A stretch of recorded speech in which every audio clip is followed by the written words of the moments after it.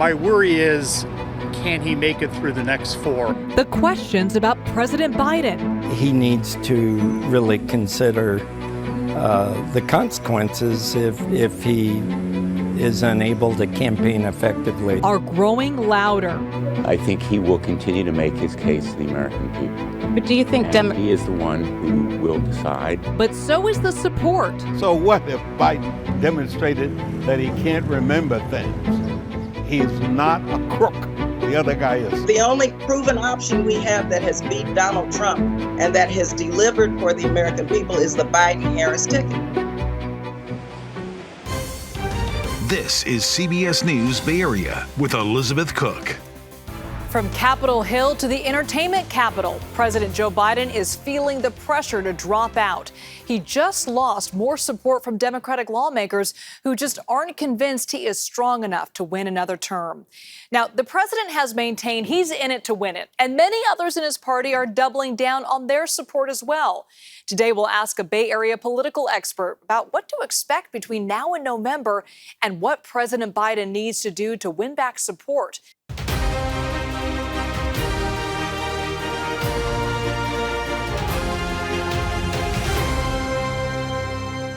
Well, time is really running short for Democrats to decide who could beat Donald Trump. President Biden is losing support by the day, even from members of his own party.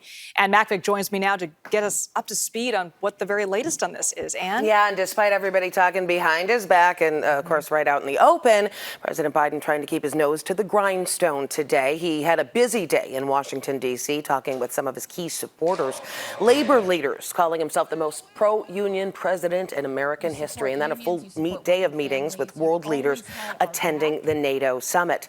His supporters in the Democratic Party are standing by the president. I think I've had 100 media outlets asking the same question, and I think I've amply answered my support for the president, and the support I saw on the ground was demonstrable, and that's where I am, and that's where I stand. Joe Biden, as the Democratic nominee, has my support. He has a lot of broad support throughout the country. He's working vigorously to try to quell the concerns that have been raised. Well, former House Speaker Nancy Pelosi, when asked whether Mr. Biden has her support to lead the ticket, deferred to Mr. Biden, saying that it's up to the president and that leaders are, quote, encouraging him to make that decision because time is running short. 7 House Democrats have publicly called for Joe Biden to exit the presidential race. Others have expressed that view privately. And actor George Clooney, who headlined a big fundraiser that raised a record amount of money for the president, also called on Biden to step aside. In a New York Times op-ed, he said the Biden who showed up at the fundraiser was the same man we all witnessed at the debate. Joe's own party now wants him to throw in the towel and surrender the presidency after a single 90-minute performance. We have former President Trump capitalizing on President Biden's struggles as he returned to the campaign trail. Joining him, Florida Senator Marco Rubio, one of the names on his potential VP shortlist. The other potential top contenders, North Dakota Governor Doug Burgum and Ohio Senator J.D. Vance. Mr. Trump says he is pretty well set on who he would like to pick, but he says he's not going to be announcing that until closer to next week's Republican National Convention in Milwaukee.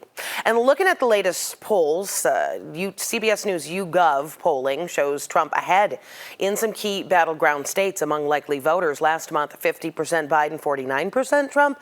Now 48% Biden, 51% Trump. There's also some concern amongst some Democrats that the lack of enthusiasm for President Biden could dribble down the ticket if voters decide to sit this one out, affecting their ability to control Congress. So there is certainly a lot at stake here, Liz. Yes, there is. It's not just about the presidential race. It's about all the other races that could be impacted by this. All right, Ann, thanks so much. All right, coming up, we'll ask a Bay Area political expert, do Democrats need to make a change now? And if not Joe Biden, then who could beat Donald Trump? We'll be right back. KPIX awarded the Emmy for overall news excellence. One person that's been very close to President Joe Biden's campaign is our very own Governor Gavin Newsom. Today, he reaffirmed his support for the president. He also reiterated that he would not run against Kamala Harris in a presidential campaign. And while some political observers here in the Bay Area say they believe in VP Harris, they also tell our Dahlin Biden is the Democrats' best bet. Standing to the LGBTQ community. It's not just Democrats. Even some moderate Republicans believe Joe Biden would help his own party by ending his presidential campaign. I'm disappointed with the choices. It seems we're left with a choice between irrationality and infirmity. So I hope things improve in the next 4 months. Mike Fitzgerald says he's a registered Republican who refuses to vote for Donald Trump, but he doesn't think Biden is a good fit either. My worry is, can he make it through the next 4? Many people question Biden's mental sharpness. They say the 81-year-old sounded like he belongs in a retirement home, not another term in the White House. The COVID, with dealing with everything we have to do with, look, if we finally beat Medicare. So what if Biden demonstrated he's an old man? So what if Biden demonstrated that he can't remember things? He's not a crook. The other guy is. Former San Francisco Mayor Willie Brown turned 90 years old earlier this year. He believes age is just a number. Joe Biden won the presidency. He has served impeccable in the presidency, and age should not be the factor that determines whether you do or you don't. Some Democrats want to pivot to Vice President Kamala Harris. Brown has known Harris for decades, and he fully supports her. But Brown was animated and firm that Biden should stay the course, despite some mega donors vowing to withhold campaign donations. I resent anyone who thinks money runs politics. Money does not run politics. Congresswoman Barbara Lee is also a big Harris supporter, but she too believes Biden gives the party their best shot to win. The only proven option we have that has beat Donald Trump and that has delivered for the American people is the Biden-Harris ticket. I, for one, believe that this president will move forward and he will be able to win. Fitzgerald disagrees. He says Biden lacks the energy and charisma to win over undecided voters and moderate Republicans like him. This is America. We can do a lot better in terms of our choices in both parties. Political experts say with the November election being just 4 months away, any kind of change to the Democratic nomination would have to happen very fast. And joining me now live is Sonoma State political science professor David McCuan. Thanks so much for being with us, sir. Well, happy almost, convention day. I know. to all those who celebrate next week. All right, let's get into it. The calls for Biden to step aside seem to be growing louder every day. Even Nancy Pelosi, one of his fiercest allies, signaled today that there's a possibility that he may not be on the ticket, that he has to make a decision. Any chance Biden can convince his own party that he's the right candidate to defeat Donald Trump? Well, look, the age question is going to dog him the rest of the campaign if he stays in. We have to pay attention to what's going on with those likely voters in swing states. There are news reports that campaign donations, particularly from elite donors, slowed down.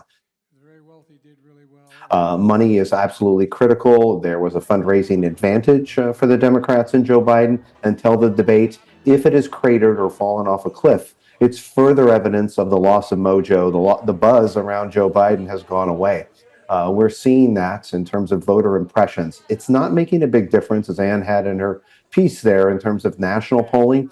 But in swing state polling, it is making a difference. And that's something to watch together with and whether the money will be there, while the team Biden tries to draw out this to make it inevitable that he would be the candidate. So the calls are not going to go away anytime soon. And certainly George Clooney's New York Times piece is going to add further kind of fuel to those flames. Yeah, no question. All right. Hypothetically speaking, if he would to step off the ticket, Kamala Harris, probably the most likely option to replace him at the top of that ticket. But talk about the challenges and maybe some advantages that the campaign may have in switching candidates this late in the game. Right. So the DNC and the Democrats would have to identify the money that is Joe Biden's, the money that is for the campaign versus the party, and that which is could be used for general independent expenditures. Some of that money would flow to Kamala Harris, a lot of it, but some of it Joe Biden could keep. Some of it can be used for party building activities. It gets quite technical, but that would be important. Joe Biden, if he were to leave the race, would want to pledge his delegates. He'd want to move his delegates and have them vote their Harris. It's not that she would secure the nomination. She would just be the de facto favorite. Everything would run through her. She'd have money, she'd have some momentum, she'd have huge support from some key congressional Black caucus and Black political leaders in the United States. That's absolutely critical. She does draw out certain voter segments, particularly emerging voters and younger voters, around issues related to Gaza, but that's problematic because she's part of the Biden administration. She also does drive out something to watch, particularly in battleground states. How she does in states like Pennsylvania, Michigan, and Wisconsin would be important if she were to become the nominee. The other element to this is, look, things are going to change once the Republicans meet next Monday, once Donald Trump announces his vice presidential candidate in Milwaukee, and that doesn't leave Democrats a lot of time either. They've lost the mojo, they've lost their momentum, and they have to find their way. That makes tomorrow's press conference that Joe Biden's going to run, that makes it hugely important as well for his political future. Yeah, we're all waiting on that. All right, before we go to the next break, Trump campaign obviously capitalizing on the uncertainty going on with the Biden camp. The RNC is next week, next Tuesday, and he's sort of teasing the media on when he's going to announce his choice for VP. All right, who do you think he's going to pick? All right, so the candidates that we know, right? Marco Rubio, Doug Burgum, and J.D. Vance. You know, those are kind of establishment politicians. There's tired out there. And what I mean by that is I think there's a player to be named later here. And that fourth choice could be a family member. It could be someone very close to Donald Trump. I think there's still a bit of a wild card element that Donald Trump wants to tease. If he goes conventional and picks one of those three fellas, that's fine. Maybe it helps him in Florida a little bit, but he could tease it even longer unless Joe Biden decides that he's out of the race. If he's out of the race, then the former President Trump pushes up his announcement in a big splashy way to hijack the news cycle rather than to drag it out to say Monday or Tuesday, because his candidate to join him on the ticket makes that their speech before the convention and the nation next Wednesday night. So I do think there's an element of surprise here that Donald Trump wants to keep going beyond just these three that he's already vetted. He understands how to put on a show, that's for sure. Exactly. All right, we'll have more to come with Sonoma State professor David McCuan after the break. And we'll talk about Project 2025. You may have heard about that lately. We're going to talk about what it exactly is and why Democrats are sounding the alarm. Stay with us.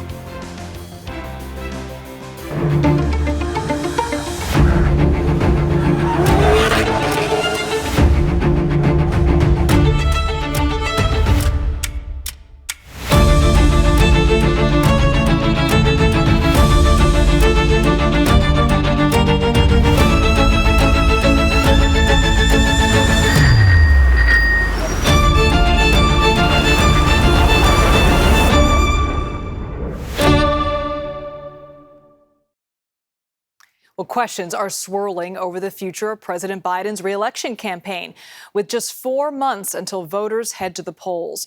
Joining me once again is Sonoma State political science professor David McCuan. Thanks for staying with us. I want to talk about Project 2025, the presidential transition project, as it's called. It's basically a plan to reshape the government to promote a more conservative agenda. It's important to note Trump and his team have tried to distance themselves from this project, but Democrats say that Project 2025 will literally destroy America. What do you make of it? And maybe you can explain a little bit more in depth of what it is. All right, so you go to Project 25, 2025.org. That Republicans, the Heritage Institution, together with the Heritage Foundation, together with some other groups, have put together this kind of blueprint around policy, personnel, and training. Republicans have had archetypes like this for some time, not only for new administrations, presidential administrations, but also for state legislatures through their ALEC program many years ago, leadership programs that develop, if you will, a mindset and thinking and a set of policy priorities for what you do once you're elected. It's kind of a handbook, if you will, for leadership. What's different about Project 2025 is it really is something that is much more far-reaching, and so Democrats have raised the specter of, you know, the boogeyman here around Project 2025. It is extreme. It does do some things across multiple departments and reorganizes what Trump often calls the deep state. So what Democrats should do, what the Biden team should do, is be taking a paragraph out of Project 20. Every paragraph on every page and making a campaign commercial about it each week. It talks about things like lowering military benefits, lowering military disabled benefits, about doing things related to changes for visas and for college education. That's important because we have a lot of researchers that do a lot of important things, and they do amazing work that help benefit us a lot of different ways. That's what Democrats could do. For Republicans, it serves as a blueprint also down ballot, but moving forward. It's a little bit difficult to really believe Donald Trump when he says he doesn't know what's in there or he doesn't know about some of these issues, because the people who wrote it are many of the people who inspired or were part of his administration last time. And in that sense, it's a very interesting piece to read. I'd say required reading for us political junkies, so we know what the heck's going on and what their priorities are. Yeah, a lot of concern about that right now. All right, Professor David McCuan, thank you so much. Thank you. Well, thank you so much for joining us for today's conversation about the road to the November election and questions about President Biden's bid to return to the White House. We'd love to hear what you think. Do you think he should bow out? Are Donald Trump's chances moving forward? Post your thoughts online using the hashtag KPIX. CBS Evening News is next. Local news continues on our streaming service, CBS News Bay Area. I'll see you at 5.